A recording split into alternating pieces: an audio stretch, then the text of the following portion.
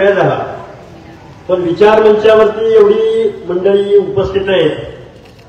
आता प्रत्येकाने नावं तर घेतलेली आहेत. संयोजकांचं आभार जेवढं मानावेत तेवढे कमी आहेत. अंधारे साहेब, विशेष करून ढवळेताई, सगळेच मंडळी, सगळ्यांची नावं आहेत, मी घेईनच नावं. बाळासाहेब, तुम्ही म्हणालात की आपण आता काहीतरी दिलं पाहिजे लोकांना, कारण आपण ओबीसीची चळवळ लढतो आहोत. गेली वर्ष 2 वर्ष उपोषणं चालू आहेत, आंदोलनं चालू आहेत. चव्हाण सर, रास्ता रोको आंदोलनं चालू आहेत. आरक्षण टिकलं पाहिजे असं तुमचं आमचं सगळ्यांचं म्हणणं आहे. पण आता निवडणुकांची अधिसूचना जाहीर झाली आणि जशी निवडणुकांची अधिसूचना जाहीर झाली तसं गडी वेगवेगळ्या पक्षातलं आधे इधर जाओ आधे उधर जाओ, हे झेंडा लाव दांडा, काय काय आमदार साहेब मला तिकीट देतो म्हणले तर बोदेगाव जिल्हा परिषद गट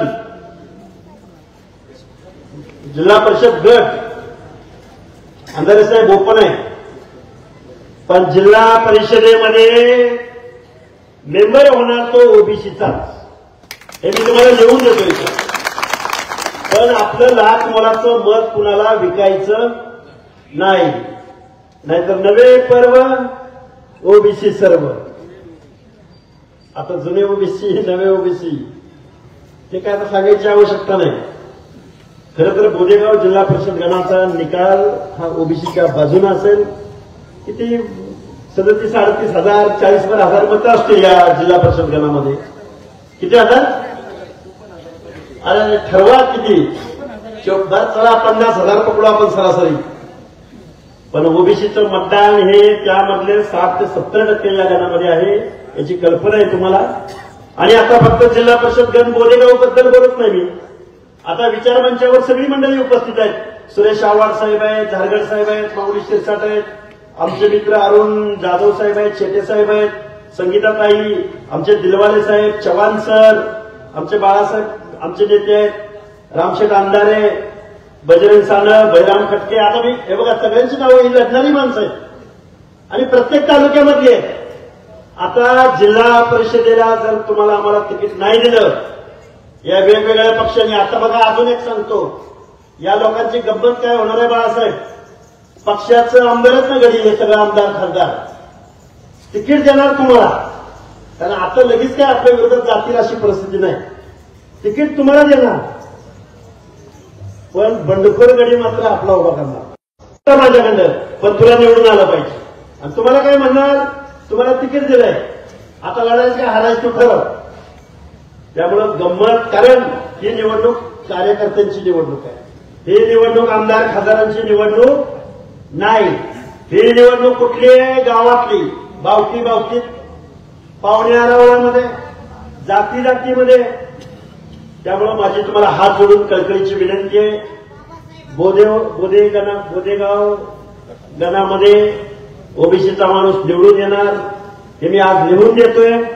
आता मतदान तुम्ही कुणाला करायचं ही जनता ठरवणार आहे, पण लढणार कोण आहे हे तुम्हाला ठरवायचंय, बरोबर आहे का? कोण जिल्हा परिषद गटावर उभं राहील आणि 2 पंचायत समिती गटावर उभं राहील.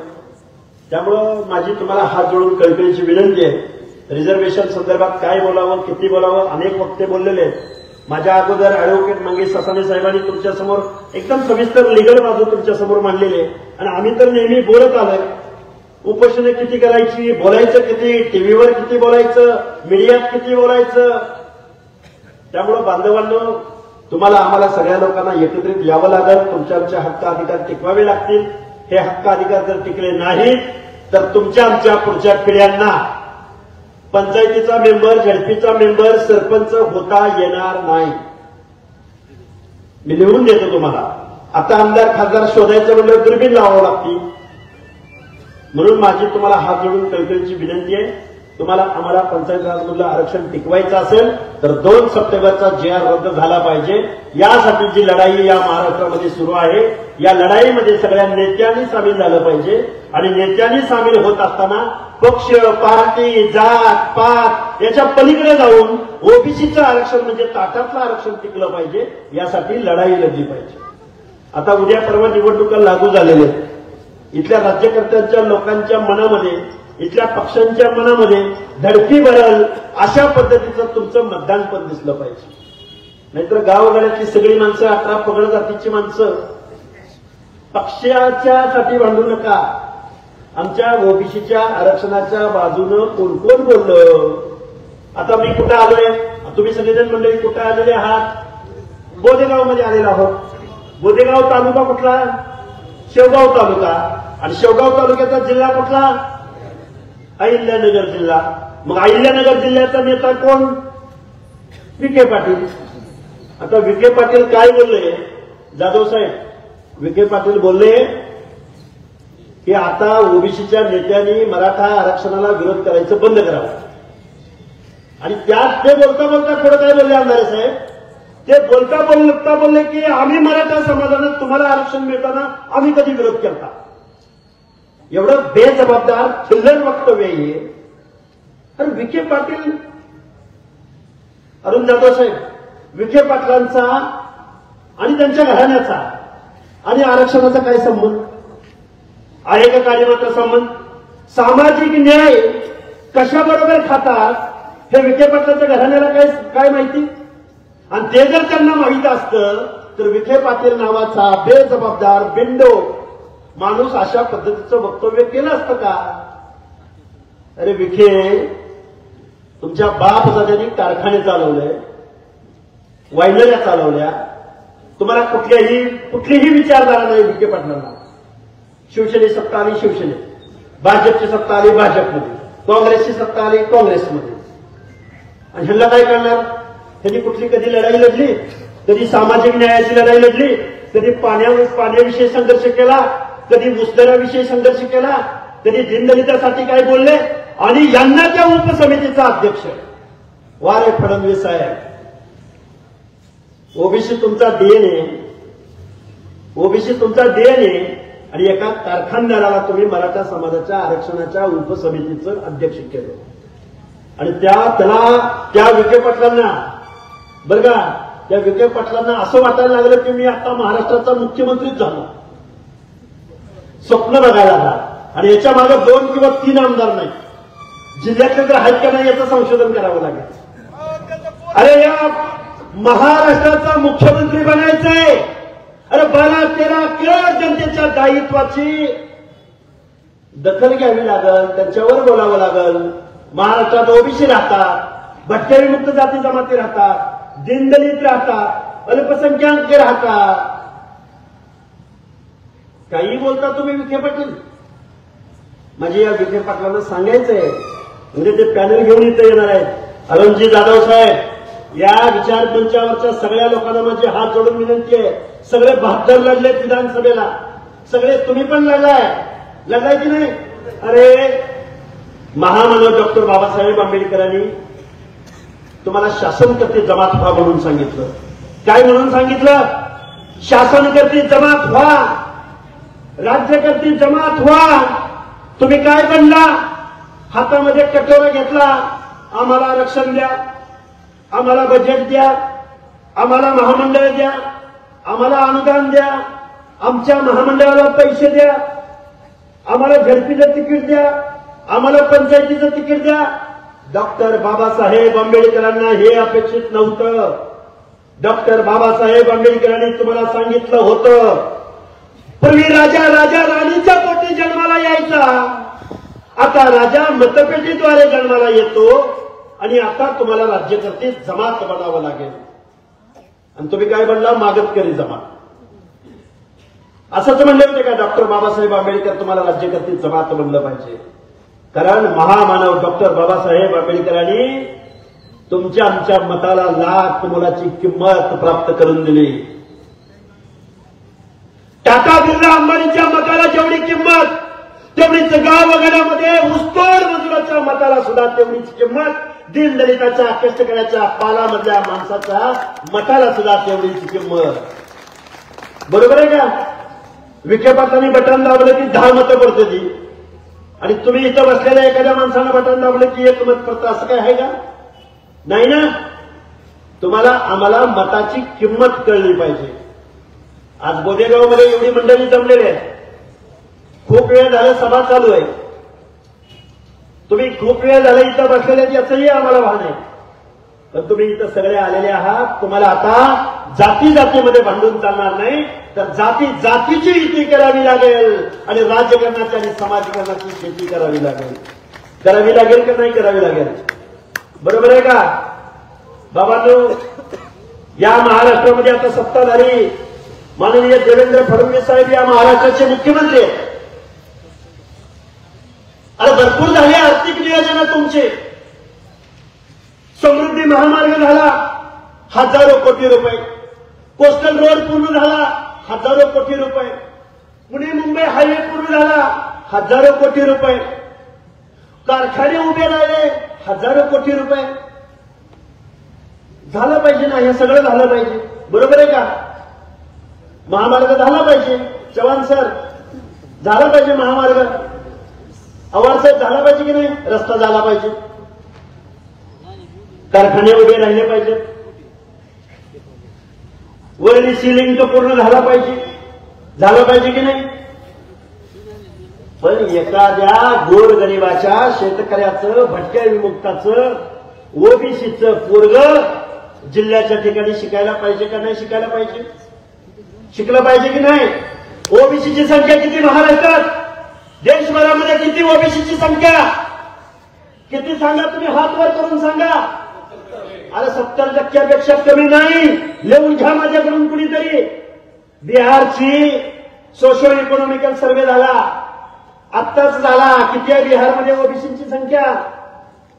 किती टक्के? महाराष्ट्रामध्ये 60% खाली 1% जरी ओबीसीची संख्या आली तर आम्ही राजकारण समाजकारण बंद करू.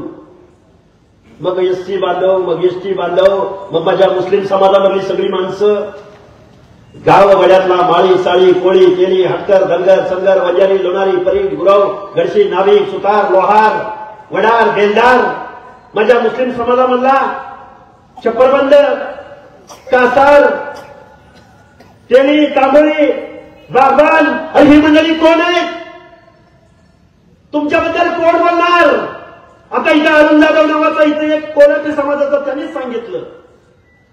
कोल्हाटी समाजाचं एक पोरग इथं बसलंय, त्याला संविधान कळलंय, त्याला बाबासाहेबांचं मानवतेचं तत्व कळलंय, रिझर्वेशन पॉलिसी कळली, सामाजिक न्याय कळलाय. त्या पोराला वाटतंय मला महाराष्ट्राच्या विधानसभेमध्ये जायचंय. काय वाटतंय अरुण जाधवला? मला महाराष्ट्राच्या विधानसभेमध्ये आमदार म्हणून जायचंय. पण तशी परिस्थिती कोल्हाट्याच्या पोराला निवडणूक लढण्याची आणि लढायला उभं राहिलंच तर इथला कुठलाही पक्ष त्याला तिकीट देणार नाही. तिकीट दिलं तर तो निवडून येणार नाही. आणि निवडून नाही आला तर माझ्या भटक्या विमुक्त जातीच्या पोरांची समस्या काय आहे, त्यांच्या माणसांची समस्या काय आहे, हे महाराष्ट्राच्या कायद्याच्या सभागृहाला कळणार नाही. आणि सभागृहाला नाही कळलं तर उचल पाल आणि पुढच्या गावाला चाल. काही चुकीचं बोललो का? उचल पाल आणि पुढच्या गावाला चाल. या महाराष्ट्रामध्ये किती डीसीसी बँका आहेत? अंधारे साहेब, त्या डीसीसी बँकामधून एखाद्या ओबीसीला, एखाद्या माझ्या नाभिक बांधवाला, सुतार बांधवाला, लोहार बांधवाला, कुंभार बांधवाला 2-4 लाखाची स्कीम किंवा योजना मिळते का? कर्ज मिळतं का? मिळालं असेल तर कुणी हात वर करून सांगा, मिळतं का कर्ज? नाही मिळत. डीसीसी बँकेचा एखादा आहे का जिल्हाध्यक्ष? कोण जिल्हाध्यक्ष नाही, डीसीसी बँकेचा अध्यक्ष कोण आहे का एखादा ओबीसी? महाराष्ट्रात 200 कारखाने आहेत. एखादा दुसरा अपवाद सोडला तर कारखाने कोणाचे? चिलिंग प्लांट कोणाचे? शिक्षण संस्था कोणाच्या? कोणाचे हे सगळं? आम्ही मागास झालो आणि आम्ही मागास झालो. आमची पोरं रस्त्यावर आली आणि आम्हाला नोकऱ्या मिळणार आणि कमी मार्कवाल्याच्या हाताखाली आम्हाला काम करावं लागतंय.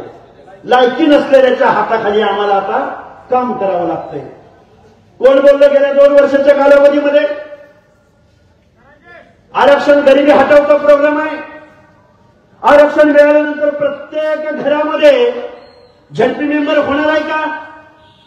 प्रत्येकाच्या घरामध्ये कलेक्टर होणार आहे का? प्रत्येकाच्या घरामध्ये तहसीलदार होणार आहे का? आरक्षण म्हणजे प्रतिनिधित्व आहे. आरक्षण म्हणजे प्रत्येक समूहातल्या एखाद्या माणसाला या निर्णय प्रक्रियेमध्ये सामील होता आलं पाहिजे. आरक्षण म्हणजे प्रतिनिधित्व आहे. आरक्षण म्हणजे गरिबी हटाव नाही. आरक्षण म्हणजे प्रत्येकाच्या घरावर सोन्याची कौलं नाही. असं असतं तर माझ्या एससी एसटी बांधवाच्या घरावरती अरे सोन्याची कौलं आली असते. गाव वगड्यातला दिन दलित आदिवासी बांधव आजही एखाद्या शहराच्या ठिकाणी 5x5 आणि 10x10 घरामध्ये राहतो. विखे पाटील, सोशल जस्टिस कळायला तुम्हाला 10 जन्म घ्यावे लागतील. अरे दारूचा कारखाना काढला म्हणजे आरक्षणाचं धोरण तुला कळलं का? आता तुम्ही म्हणाल तो कुठं तुम्ही कुठं? अरे गाव वगड्यातला एका मेंढपाळाचा पोरगा, गोरगरिबाचा पोरगा, ज्याचा बाप ग्रामपंचायतीचा सदस्य कधी होऊ शकला नाही, त्याचं पोरग तुमच्या समोर इथं येऊन बोलतोय. का बोलतोय? कारण गावगड्यातली 18 पगड जातीची माणसं तुम्ही जाती जातीमध्ये विभागला गेला. या ओबीसीची वज्रमूर्ती या महाराष्ट्रामध्ये उभी राहायला लागली. अरे आपलं गणित बिघडतंय. अरे हे ओबीसी एकत्र आले तर आपलं काही खरं नाही. लगेच गडी मग तो पंडित असू द्या, टोपे असू द्या, सोळंकी असू द्या, बजरंग सोनवणे असू द्या, रोहित पवार असू द्या. ती रोहित पवार, शरद पवारची तिसरी पिढी त्या जरांगेला पैसे पुरवणं, सोशल मीडियाची टीम पुरवणं, पैसा पुरवणं. तिकडं मुंबईला जरांगे पाटलाच्या स्टेजवर जाऊन सुप्रिया सुळे पाठिंबा देते, राजेश टोपे पाठिंबा देतो, शरद पवार पाठिंबा देतात, रोहित पवार पाठिंबा देतात. आणि तिकडं मंडल यात्रा काढली. कुणी? राष्ट्रवादी काँग्रेसनं. जारगोबा साहेब बरोबर का? पैठण हा बाप बेटे सगळे घेऊया. आता सगळ्याची नावं घ्यायची म्हणलं तर खूप गडबड होईल. हे तुम्हाला का सांगतो मी? ओबीसीने ओबीसीला मतदान करायचं आणि ओबीसीचा माणूस नाही भेटला ना एससी एसटीला मतदान करायचं. एससी एसटीचा माणूस नाही भेटला ना माझ्या मुस्लिम समाजाला मतदान करा. आणि आता फक्त ओबीसीवर नाही लढायचं, ओपनच्या जागेवर लढायचं. ओपनच्या कुठल्या जागेवर लढायचं? नाही तुमचं मतदान तिथं. आता बोधेगाव ओपन आहे, तुमचं मतदान नाही. मग कोण होणार इथला सदस्य? तुमचाच सदस्य होणार. पण एकही महत्वाची, आता जर भांडत बसला ना, आता जर भांडत बसला आणि शिक्षण नोकऱ्या सोडून द्या. आता कुठं राहिल्यात नोकऱ्या? अरे शिक्षण संस्था यांच्या, कारखाने यांचे, उद्योगधंदे यांचे, आमदार खासदार हे. कुठं तुमचं रिप्रेझेंटेशन नाही? विखे पाटील, तुम्ही म्हणला ना, तुम्ही दिलं ना आरक्षण, तुम्ही काढलं ना JR. अरे कुठं तुमचं रिप्रेझेंटेशन कमी पडलं ते सांगा. महाराष्ट्राच्या विधानसभेत आमदार कमी पडले तुमचे, खासदार कमी पडले तुमचे, तहसीलदार कमी पडले तुमचे, एसपी कमी पडले का कलेक्टर कमी पडले? आणि मराठा मागास झाला असेल, अरे मग पुढे गेला कोण? काय आहे व्याख्या? अंधारेसाहेब व्याख्या काय? OBC, other backward classes. वकील साहेब, बॅकवर्ड क्लास म्हणजे काय? मागास वर्ग, सामाजिक मागास. सांगतो ना, 2 शब्दाचा अर्थ समजावून सांगणार. मागास वर्ग, इतर मागास वर्ग. मी एक तुम्हाला शेवटचं बाबासाहेबांचं उदाहरण सांगेन, पण त्याच्या अगोदर सांगतो. मागास वर्ग, मागास वर्ग म्हणजे इथल्या व्यवस्थेपासून किंवा विकासाच्या रेषेपासून जी लोक खूप मागे राहिलेत, मागे पडलेत, मागास राहिलेत, तो मागास वर्ग. आणि मग जर मराठा मागास राहिला असेल तर त्या लाईनवर पोचलं कोण? त्याचा अभ्यास करायचा नाही, त्याचं प्रतिनिधित्व तपासायचं नाही. इम्पेरिकल डेटा म्हणतात त्याला. महाराष्ट्राच्या मागणं उत्तरांचलनं डेटा गोळा केला, बिहारनं गोळा केला, तेलंगणानं गोळा केला, कर्नाटकानं गोळा केला. पण ज्या महाराष्ट्राच्या भूमीमध्ये ओबीसीचं आरक्षण चॅलेंज झालं, त्या फुले शाहू आंबेडकरांच्या महाराष्ट्रानं मात्र ओबीसीचा इम्पेरिकल डेटा गोळा केला नाही. कारण महाराष्ट्र सामाजिक न्यायाची भूमिका घेणाऱ्या माणसांच्या हातामध्ये नाही. महाराष्ट्र कुणाच्या हातामध्ये आहे? तर घराणेशाही चालवणाऱ्या, कारखानदारी चालवणाऱ्या आणि दारूचे कारखाने चालवणाऱ्या माणसांच्या हातामध्ये महाराष्ट्र दिला. इकडे आला विखे, तिकडे आले पवार, तिकडे गेले मोहिते, इकडे गेले पंडित आणि इकडे कोण तुमच्याकडे काय पैठण घुमरे घुमरे चार्लिंग चापली कोण ते कोण चार्लिंग चापली काय चिखलीकर काय बरोबर आहे का? बरोबर आहे का? आपलं वाटोळं कुठं झालं? आपलं वाटोळं इथं झालं. बाबासाहेबांनी तुमच्या आमच्या मताला लाख मोलाची किंमत प्राप्त करून दिली. वर्षभर ओबीसीची लढाई लढणारे निवडणुका आल्या की वेगवेगळ्या तंबूमध्ये गेले. दादा आलत पोत्यावर बसलं होतं, बाबा आलत आमच्या वालगाला जेवायला आलत, आमच्या लग्नात आलं होतं, गडी खुश.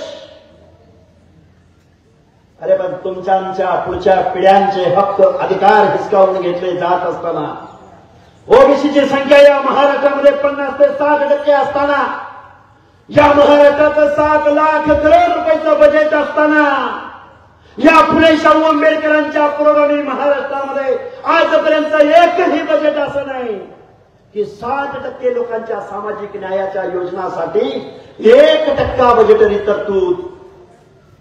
पत्रकार बांधवांनो नीट ऐका.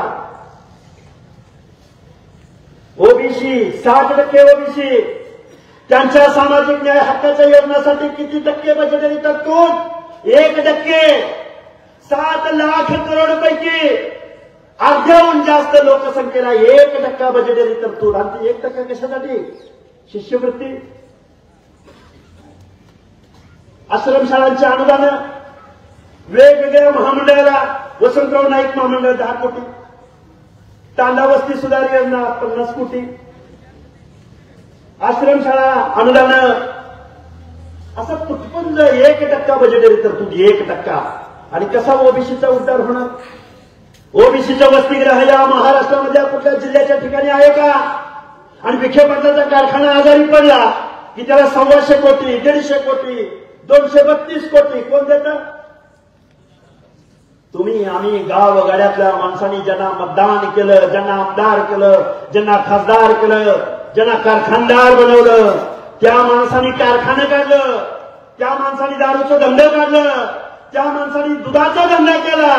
सत्तेतनं पैसा आणि पुन्हा पैशातनं सत्ता. ताटातनं सांडलं वाटीत, वाटीतनं सांडलं ताटात. आणि तुम्ही आम्ही काय? सरपंच, डायरेक्टर, पंचायतीचा मेंबर, झडपीचा मेंबर.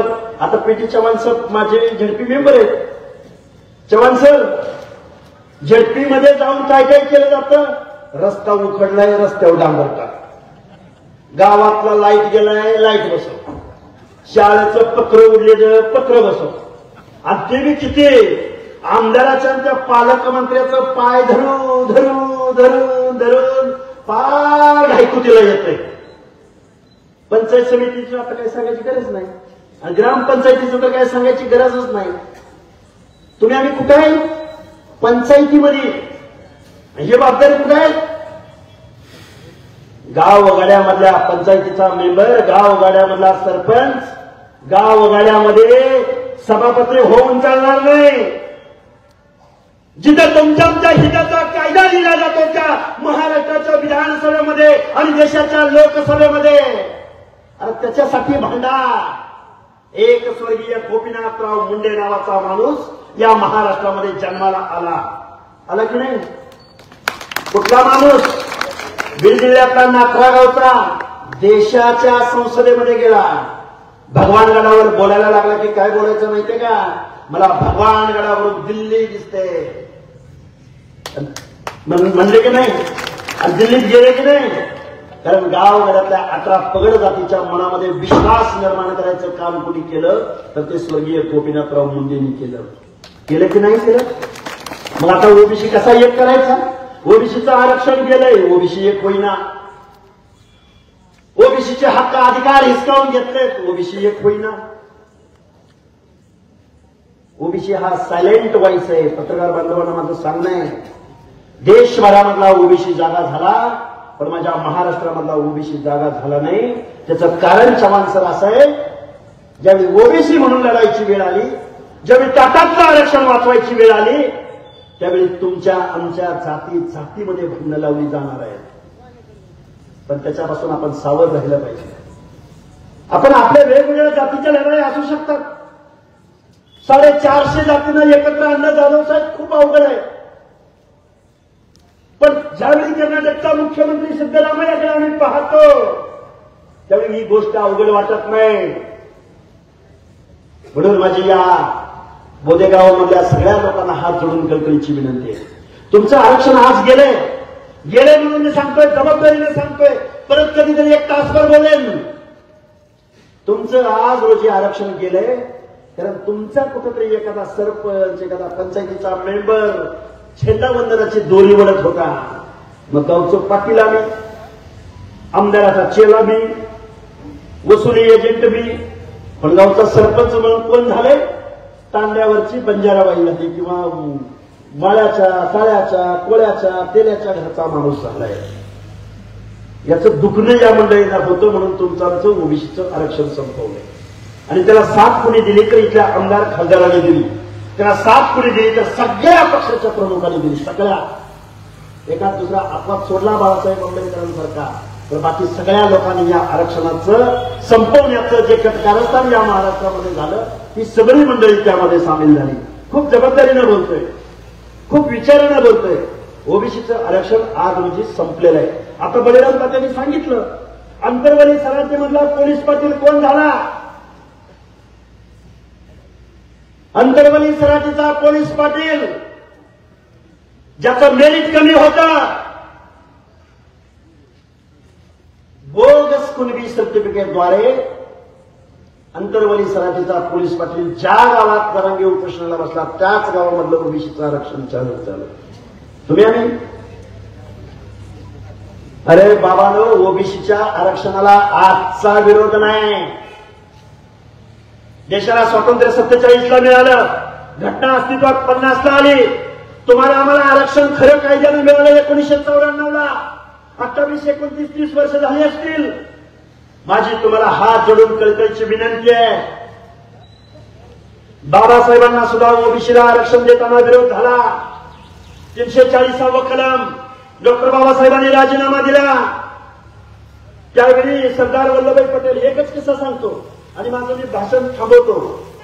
बाबासाहेबांना सरदार वल्लभभाई पटेल, पंडित जवाहरलाल नेहरू, त्यावेळेची भली भली मोठी मोठी माणसं, डॉक्टर बाबासाहेब आंबेडकरांना प्रश्न विचारला, बाबासाहेब तुम्ही दलितांना आरक्षण दिलं, आम्ही समजून घेतलं, ज्यांच्या बाबतीमध्ये अस्पृश्यता पाळली गेली.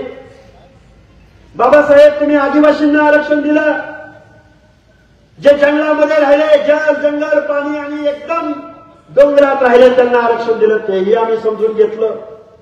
पण बाबासाहेब गावगाड्यातल्या माळ्याला, साळ्याला, कोळ्याला, तेल्याला, बंजाऱ्याला, भटक्याला, बाबासाहेब ह्यांच्या बाबतीमध्ये कुठे अस्पृश्यता पाळली गेली? बाबासाहेब तुम्ही ह्यांना का आरक्षण देताय? मान्य नाही झालं. त्यामध्ये ओबीसी असणारे सरदार वल्लभभाई पटेल सुद्धा होते. डॉक्टर बाबासाहेब आंबेडकरांनी संसद सभेला उत्तर दिलं, मी दलितांना कायद्याने आरक्षण दिले, मी एससी एसटी बांधवांना कायद्याने आरक्षण, आदिवासींना कायद्याने आरक्षण दिलं. पण डोंगराच्या कुशीला कुठेतरी बेड्या रामोशी राहतोय, वंजारी, बंजारा, लमाण, डोंगराच्या कुशीला मेंढपाळ बांधव आहे आणि गावाच्या कुशीमध्ये, वेशीच्या आतमध्ये बलुता आलुता आहे, जो इथल्या व्यवस्थेतल्या पाठलाला केंद्रबिंदू बांधून त्याची स्वच्छतेचं काम करतोय. माझा नाविक आहे, माझा सुतार आहे, माझा लोहार आहे. त्या जातीमध्ये जन्माला आला, त्याच्या व्यवसायावरनं त्याचा दर्जा ठरला. त्या माणसांना सुद्धा मला माणूस म्हणून किंमत प्राप्त करून द्यायचे. म्हणून मी बलुत्याला, आलुत्याला, भटक्याला, तेल्याला, तांबुऱ्याला, माळ्याला, साळ्याला, खोड्याला मी आरक्षण देतोय.